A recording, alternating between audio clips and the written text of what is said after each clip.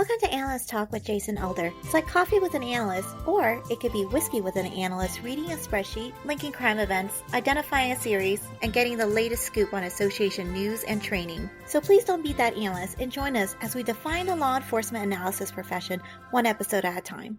How we doing, analysts? Jason Elder here with another Before You Leap. And with me, as always, is Randy Stickley. Randy, how we doing? Good, Jason. Good. How about yourself? I am doing well.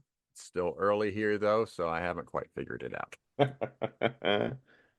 All right, let's leap into it then. So what are we talking about today? We've been having a lot of good discussions, just you and I, these last couple of episodes about the ins and outs of critical thinking, biases, but something that really was weighing on my mind, and I have conversations with peers and colleagues about open source and how we use open source. And quite honestly, it's a devil that we all have to dance with now. Mm-hmm. We have so much information that's available to us at any point in time. And when I used to educate analysts and officers across the country, I used to say every minute, day, week, month, let alone a year, you have access to more and more information than any human being previously iterated, just simply because we love to have that connectivity. We love to make sure that we put something out there for folks to have access to. And there's been studies that have been done over and over. I know we have another contributor that is part of this podcast series that covers open source assessment and analysis, but I'm really interested in what that does to the professional, the investigator, the analyst that's actually going through and doing this work. And a figure, I'm not sure if I've referenced it before, but a figure that I think folks really need to understand is there's an entity known as the International Data Corporation, the IDC. They keep kind of not a watchdog eye on, but give us a little bit of an assessment on how much data is available to us in that kind of open source and publicly available sphere. Mm-hmm. And staggeringly, and I can't even quantify a way to break it down or parse it down, but by 2025, they project 175 zettabytes of information will be available to us. Now, again, I'm not that proficient in trying to make scale and scope for that type of information, but it's a lot. And it's something that we as humans have a hard time processing, and let alone trying to see what we need, sift through all that data, really trying to find the useful wheat from the chaff, so to speak.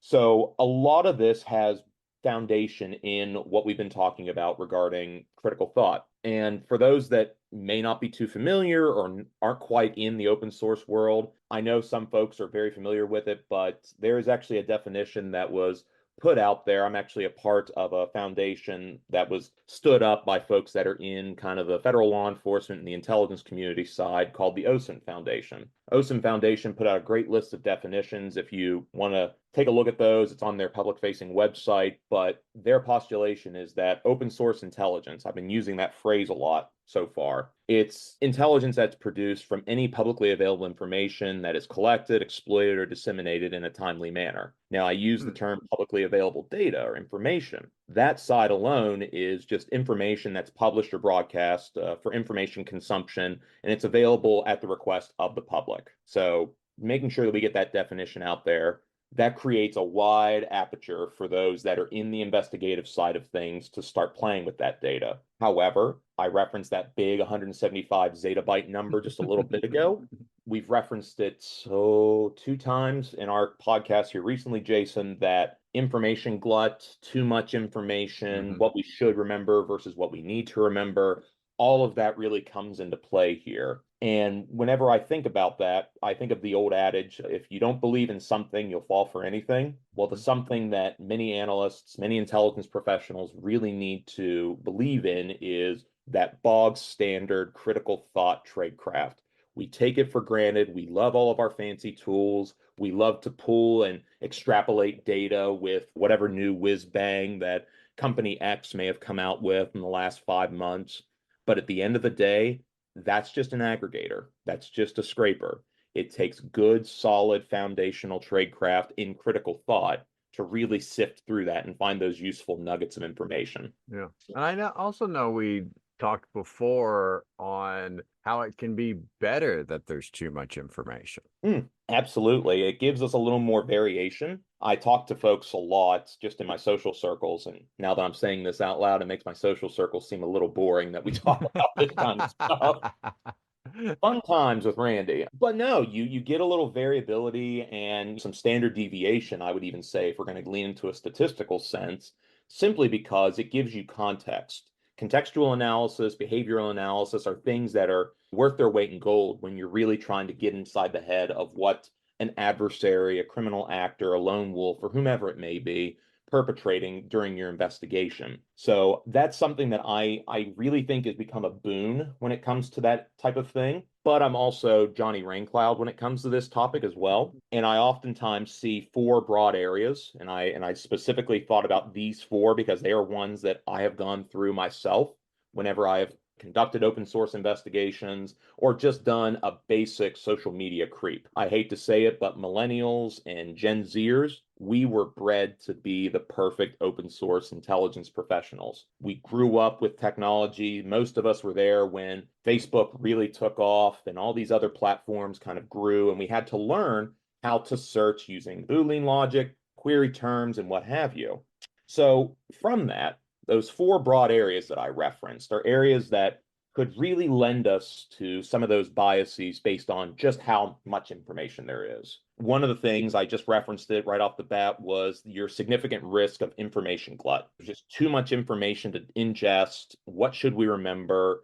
What are we latching onto? And what's being put out there? Now, in the same vein as what's being put out there brings me to that second broad area, the concept of user-developed content. This is one that many folks kind of scratch their head about and like, well, anyone who's online can put something out there. And I said, and I always retort with, yes, that's the problem.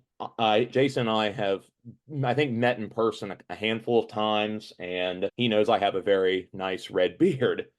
I could put on my social media at any point in time that I grew up in West Virginia. I lived in Morgantown, West Virginia, where the West Virginia Mountaineers are about to play Penn State this weekend. Go WVU.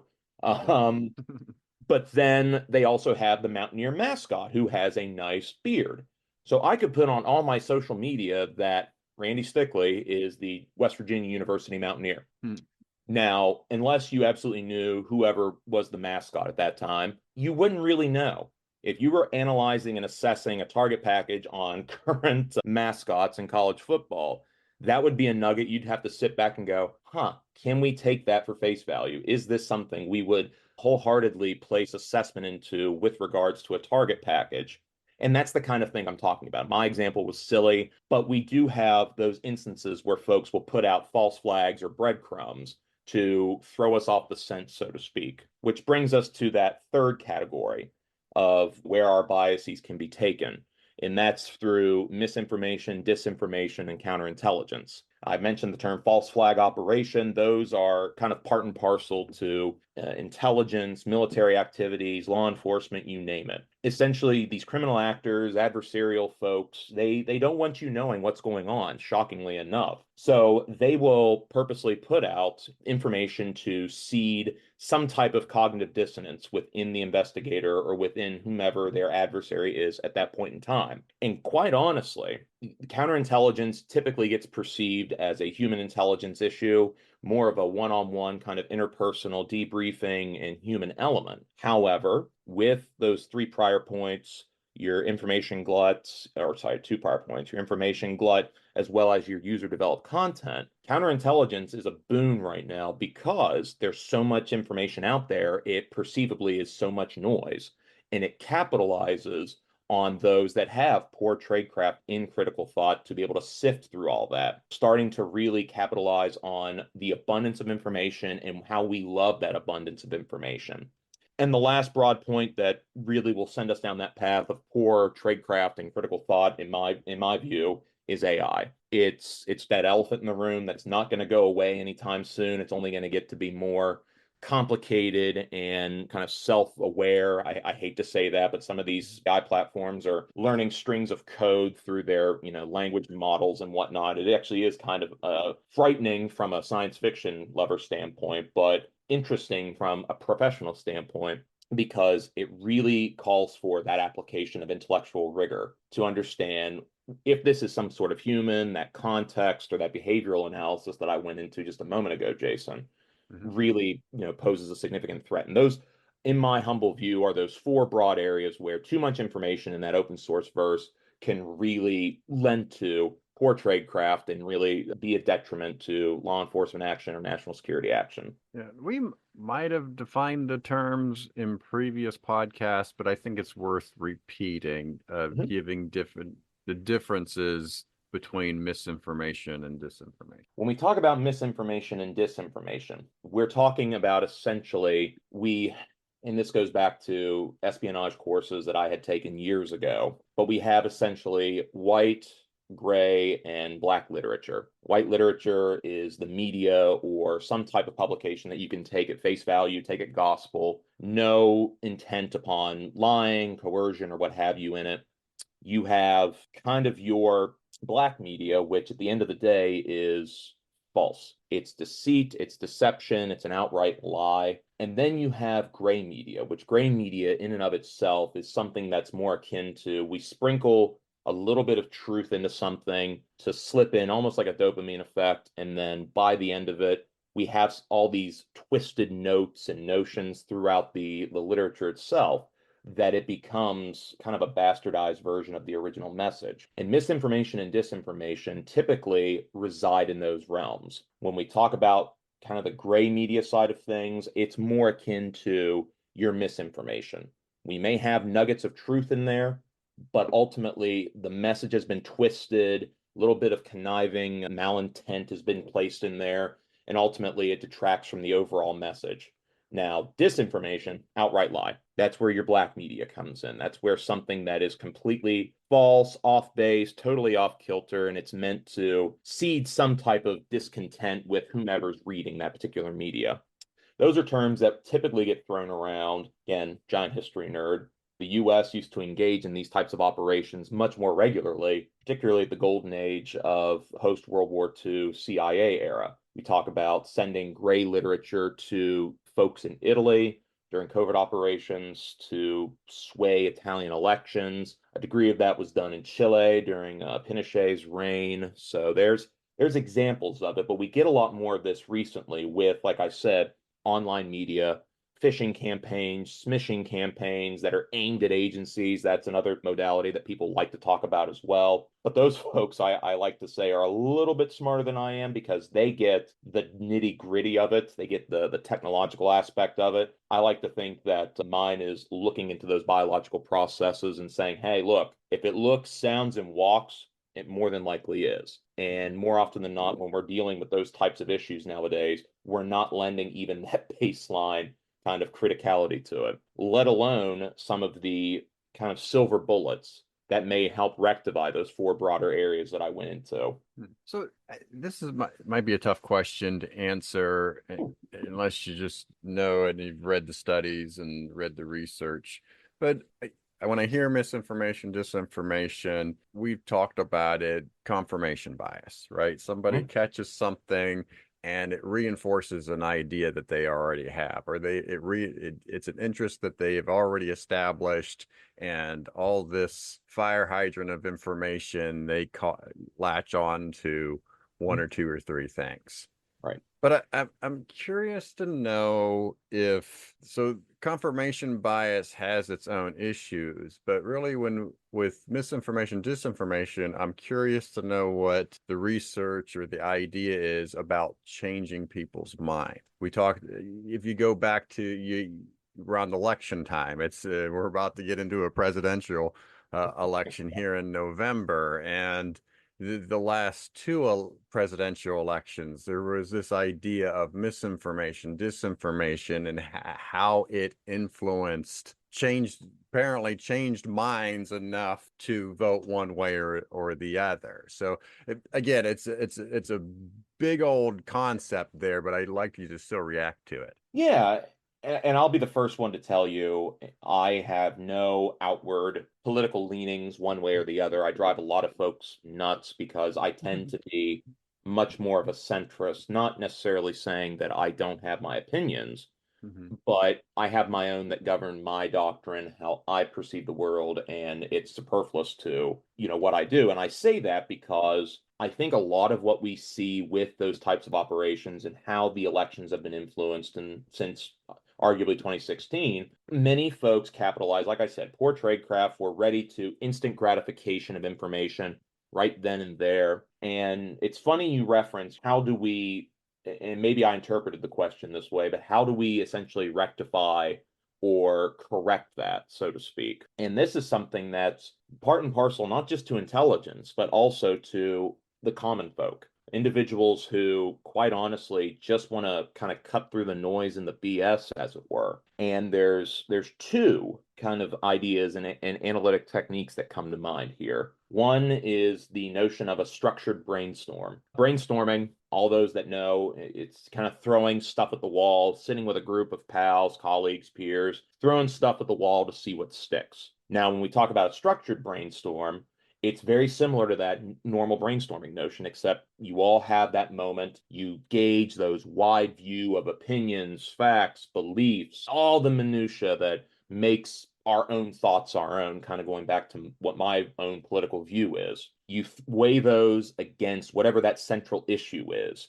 And those multiple perspectives allow for us to have a greater chance of catching any patterns, trends, or what we're really getting at here are abnormalities in the message or in the scope of whatever that particular issue is, especially if it's stemming from things like misinformation or disinformation. Another one that comes to mind is red teaming. I think I referenced red teaming very briefly during one of our other conversations, but essentially, red teaming is one of those standard contrarian analytic techniques. Basically, an outside in view of, okay, I'm going to operate under the assumption that I am adversary X or I am the originator of this particular false flag message. What am I going to do to influence their opinion, aka your own opinion? And from there, you start looking at it kind of in a role playing sense. Mhm. And it's very basic, not one you need to have other folks there for, but it starts to kind of get those ideas flowing and starts to really offer. There's a term in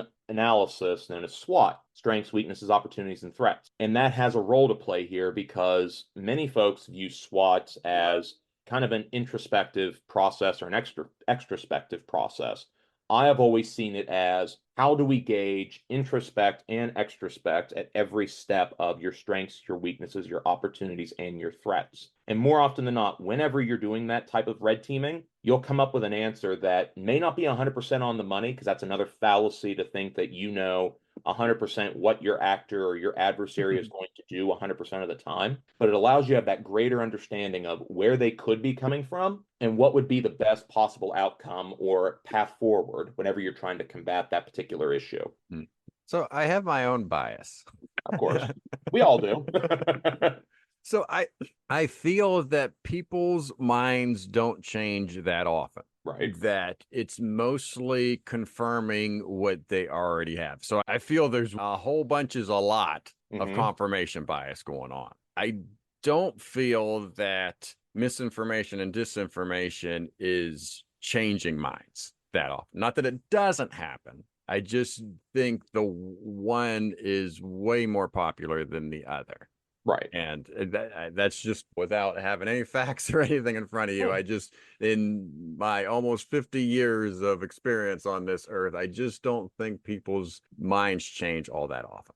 Not at all. And I think I hit on that during our very first conversation. Regardless of whether or not you think you have a bias, you do. That's the beautiful thing about the human condition, and what makes intelligence professionals so fascinating and why I love this field is that even though we are humans, we are creatures of predetermined thoughts, habit, predefined parameters, and what have you, but yet we lend those specific practices to gray matter and intense intellectual rigor that allows us to do this voodoo that we do so well. Now, having said, there are folks that have what I call Sheldon Cooper syndrome. If you're a fan of the Big Bang Theory, Sheldon had his spot on the couch. And now, I'm not saying all of us have OCD, but at the same time, we do have favorites. We do have predisposed things. Like I have a spot in my living room. We have a chair. We have a really big couch where I could just easily splay out on it. But I have one spot, and that is my spot on the couch. Or I have a chair that I'll sit outside when we have guests over. That is my chair. Mhm. I never got that when I was a kid while my granddad had his chair. Mhm. But the older I've gotten, it went, I now understand what the old man was thinking. And that was his bias. That was just his kind of rooted comfortability that he had with that one particular object. Again, that was an object, but we have those tendencies with notions, thoughts, wants, needs, and ultimately ideology and a whole litany of other things that the human condition is so fascinating yet incriminating, especially when you're talking about folks that do things in an illicit sense. Yeah. So then with misinformation and disinformation and just OSINT in general, if folks are sticking to their confirmation bias as opposed to having their minds changed, it seems to me that's the bigger threat overall, is that this misinformation is only attracting people that are looking for this information, as opposed to somebody that just comes along and sees this information and like, oh, I am totally changing my actions today because of this misinformation or disinformation. And I wish it was something that was that apparent. Mm-hmm. Especially for those of us that are on the investigative side of things, because that would make training efforts and more fluid analyses and what have you a much more streamlined notion. But you don't really have that in folks. Folks love to have those grounded anchors that keep them rooted in their ways. Again, creature of habit conversation. But ultimately, it's practice, it's over time, and you have to consciously stop, take a step back, and think about this. And more often than not, I encourage people to write it down. I know it seems crazy in the world that we live in now, but I have notebook after notebook of just thoughts and notions and assessment points. And if I go back and look at them, I know it seems cliche to say it, but I can see the evolution of I used to have to write out the entire issue at hand, and then it became bullet points, and it became chicken scratch, and then it just became one line. Over time, through practice, through constant training of your intellectual rigor, and your critical thinking, you start to galvanize those processes, internalize them, and it almost becomes second nature. And it doesn't happen overnight. You're 100% correct. You don't go into it saying, I'm going to defeat my own bias today. It's only after you examine resource after resource and source of information after data stream that you really start to understand my worldview, my subjectivity is being challenged constantly. Maybe it's something that I need to remove myself from. And from there, you can start stepping a little bit further down that path to where you become a little more enlightened of a critical thinker. It's not going to go away. I hate to say it. We are not completely devoid of bias, and we're constantly training ourselves, particularly from OSINT. There's so much available and constantly more and more and more coming out that we have to keep retraining ourselves constantly. Otherwise, we end up trotting down a path of haphazard conclusion, false flag data, or even the wrong target information, especially if you're in a sense of law enforcement where you have a subject that needs apprehended. You do not want to send your officers or your operational staff to the wrong location based on haphazard open source data. That can mean the difference between a successful apprehension or officer safety. So just a couple things to consider, Jason. Yeah. And two, if you think about this OSINT in terms of analysis, that all of this that you're doing is evidence. Mm-hmm. And be wary of the fact that you don't want to miss out on key pieces of evidence. And so this idea that there's misinformation, disinformation, a ton of information out there, that you have to get past noise in order to get through key pieces of evidence. And I think that a lot of times that might come in terms of the creative thinking piece is your search terms, your keywords, your sources. Mm-hmm. Thinking beyond what you've already done to try to come at it at a different angle to identify that key piece of evidence. Right. Yeah, and that makes total sense, especially since Sometimes you have a good idea and understanding where your information may come from, but that comes from your context understanding of your particular subject, your target, or whomever the individual of interest is in your investigation. And that always goes into a deeper diatribe, and I'll spare everyone today, but how we use social media specifically, and I'll use that as an example, how I may use Facebook and Instagram as my main modes of personal social media usage. That is something that folks would ultimately take a look at with my history, see the frequency of it again, if they had the proper accesses to it, because I try to keep that stuff pretty locked up. But if they had the proper accesses and they started investigating, they would see those are my two. I used to have an X or a Twitter that went dormant many years ago. LinkedIn, I'm pretty active, but that's mostly professional stuff. And how I use social media is completely different than how, let's say, my younger sibling does. There's an 11-year gap between she and I. She's much more of the staunchly Snapchat or whatever the soup du jour is, because that's her main mode of communication and that's her main mode of online existence. And I say that because you have to know where your subjects are. You go where they are. You have to almost be a bloodhound and know the context and know exactly what they're doing and how they're doing it. And that lends you a little bit more of that, oh, I now understand a little bit more of the mindset of where they're coming from based on their use of social media and where they're going to get that online presence known. So that helps me at least understand how to get the pertinent pieces of information. But some of it, and I hate to say this, is almost target acquisition and stabbing in the dark until you start finding that. There's a lot of wheat that can be sifted, but you have to go through mountains of chaff at times to really get those pertinent bits of investigative data. All right, so let's sum it up.